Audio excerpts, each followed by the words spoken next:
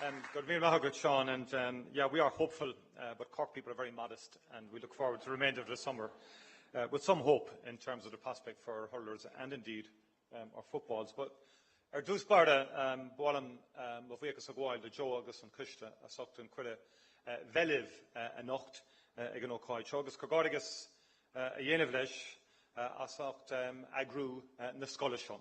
Scoil an a háchtach ó heh cuasaí poiblí na tíre. Agus mar réon le sin is maith an rud go bhfuil an scoil seo ag ceiliúrtha saoil Seamus Heaney. Mar fillid an scog an áras a bheith Seamus Heaney. Duine in clúgus cáil ar fud an dáin agus fear mór grábhar aige in ngach éon tlí a bhí ann. Agus mar is táchtach ná do thug seannach chud cabhar agus go chreid sé go raibh poiblí Sheriffí se chóirt agus é sin díomháin go dtí an pobl generalte ach gach éon cár agus takeíocht a chóirt de filí agus scríóirí agus elantóirí na tíre seo. Agus chreid sé go raibh an dúlgus Sheriffí sin a chóirt an pobl a Guitinne.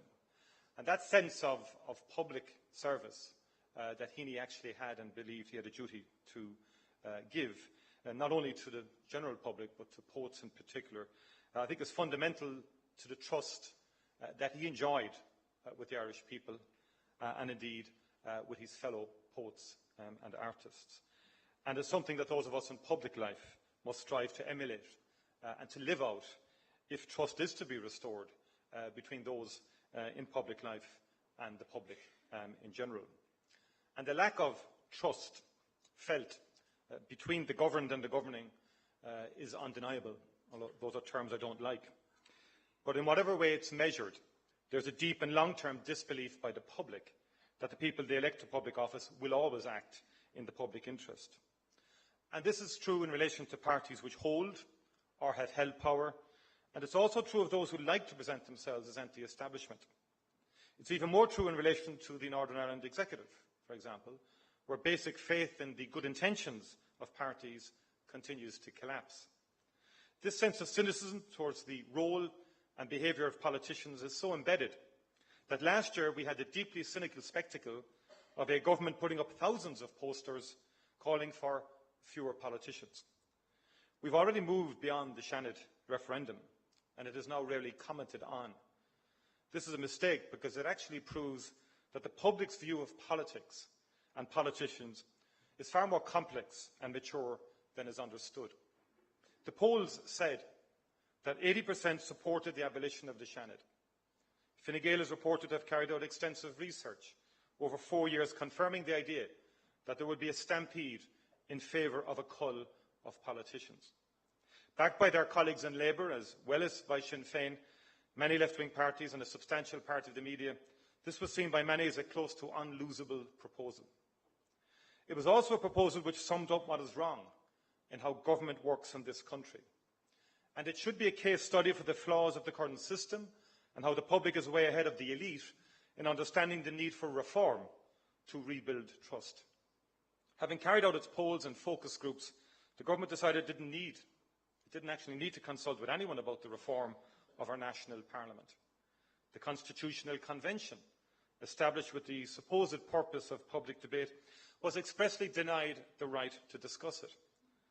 The amendment was finalised without debate, and the passage through the Oireachtas was held at the last minute and guillotined. There was no white paper on reform, and suggested changes to Dáil procedures were produced in the dying days of the campaign rather than as part of a total package. Comprehensive and independent costings of the proposals was not only not allowed, but government refused to admit that statements about costs were clearly false. Finally, there was a small matter of the head of government refusing to debate the proposal in a forum where he didn't control the rules. The now all-consuming and ever more corrosive dominance of spin meant that this referendum was promoted through empty slogans and exaggerations rather than a mature argument. Ultimately, the people could see that this was a proposal to make a grand gesture but leave the core structure of government in place. Worse than this, it would have had the effect of further concentrating power in the hands of the executive. Even offering fewer politicians and cheaper politics didn't work because it missed the point. People may be cynical towards politics, but they want the politics which works. They want to engage with politics and with politicians. People want to trust those they elect to govern them, and they will actually respond to real substantive reform.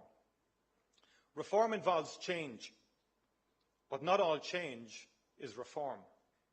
And this is the lesson which the Irish people have learned, but which has not yet got home to the government.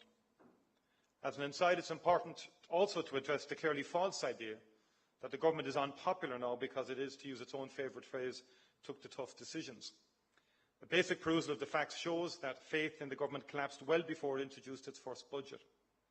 It's unpopular because people believe it has made bad and unfair decisions, and because before the election it made promises which it knew it would not keep.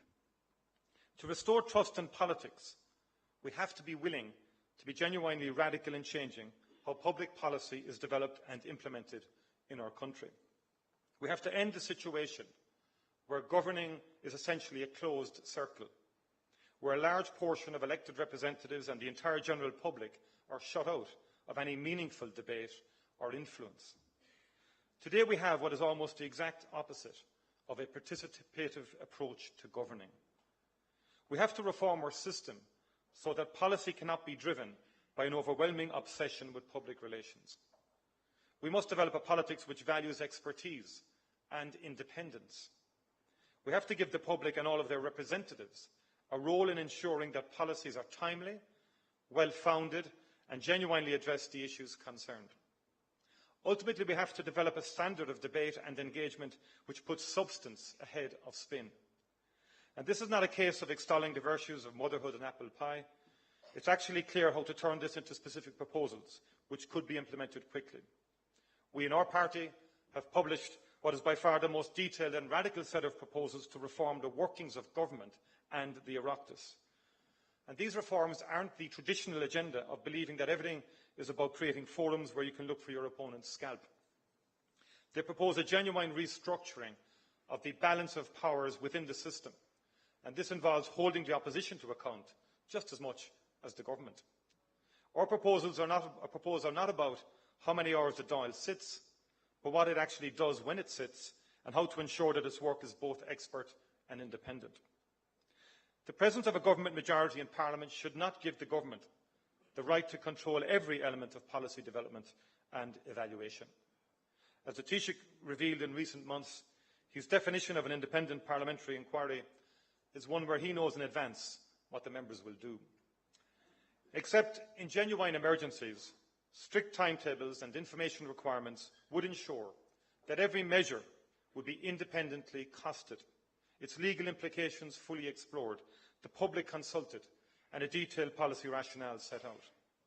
The public outrage about the property tax and water charges was heightened by a policy process which consulted on nothing and hid the detail until as late as possible. Over the last few budgets, there has been a growing public reaction against an unfair approach to revenue raising and spending cuts. Every independent report has confirmed that the biggest shift in fiscal policy has been towards it becoming more regressive.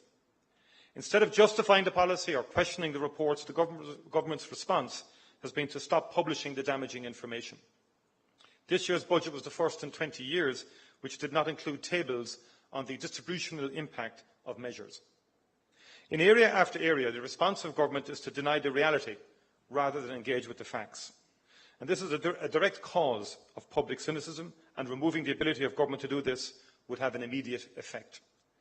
The crisis in the health budget this year is another practical example of where a genuinely independent review of government documentation would make a major difference. The enormous campaign of withdrawing discretionary medical cards, and medical cards in general, was based on a desperate attempt to reach a specific savings target set without any reference to facts. The HSE's service plan for the year was actually censored at cabinet level in order to pretend that services could be delivered for the cost included in the estimates. As the HSE Chief Executive Officer has confirmed to an Oireachtas committee, ministers intervened to amend the plan and remove the warning. The major overrun, which Minister Leo Varadkar acknowledged last week, is not down to bad management or waste by pampered health professionals, as some superficial comment suggests. It is that the cost of the services government demanded but wouldn't pay or provide for in the actual budget. Health is an area which would greatly benefit if government had to go through an independent consultation and review process before pushing ahead with policies. I welcome Leo's decision to abandon the attempt to overturn the Shannon's defeat of the gagging clause, which was due to be a requirement of the under-6 GP service. However, that clause should never have been demanded in the first place. The proposed compulsory health insurance is another example of a policy which is destined to involve dispute and public reaction against a half-thought-out and deeply destructive proposal.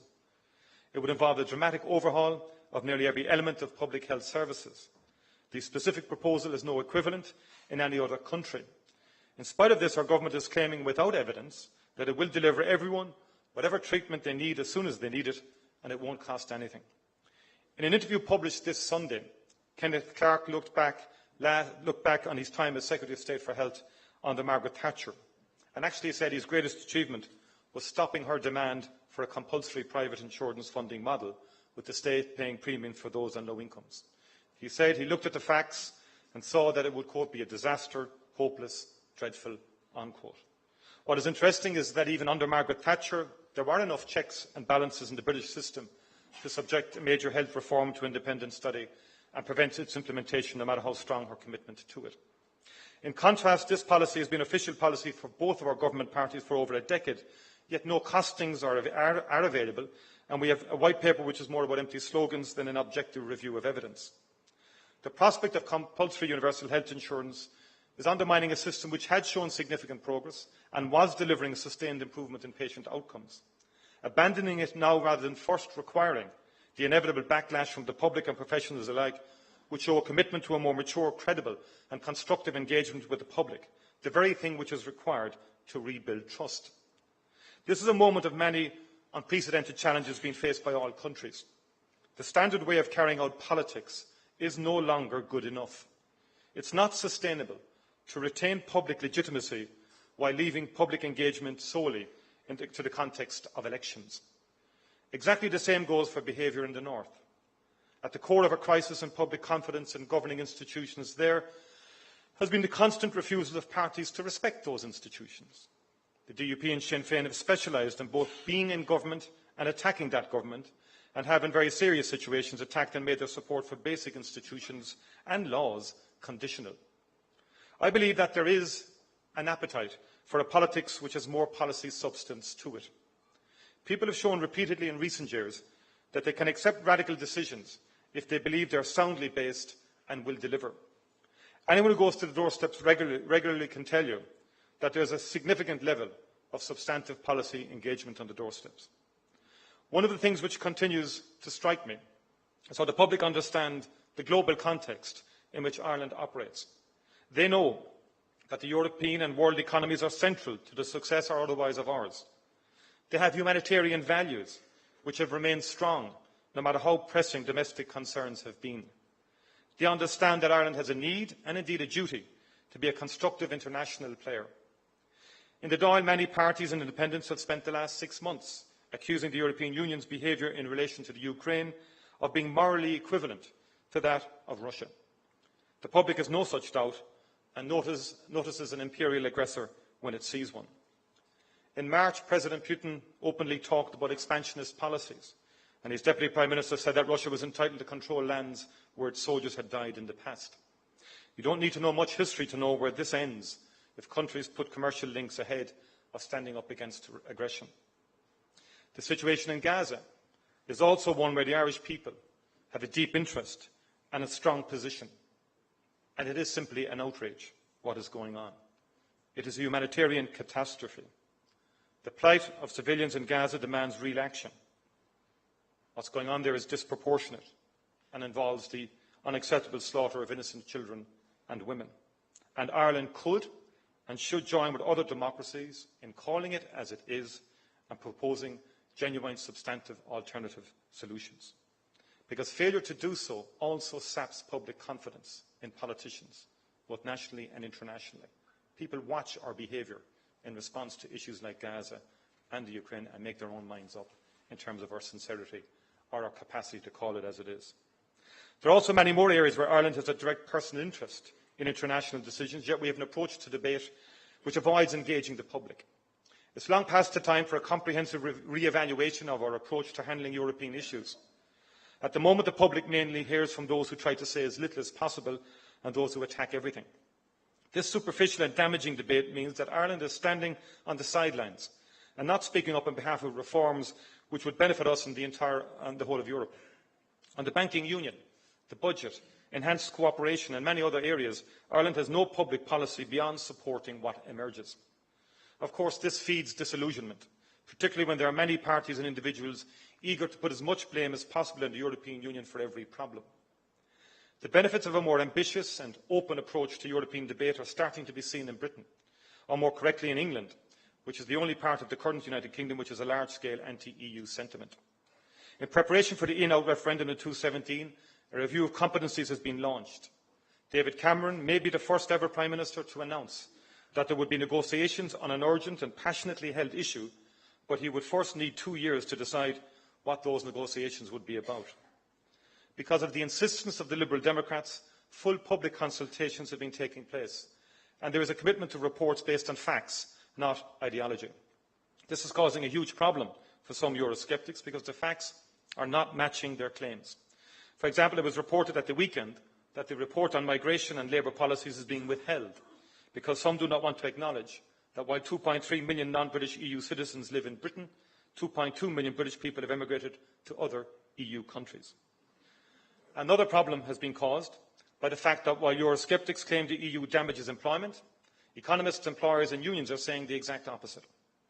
Over time, more and more of the anti-EU shibboleths are being exposed, and the hubris and cynicism of the Eurosceptics will confront a very different situation in 2017.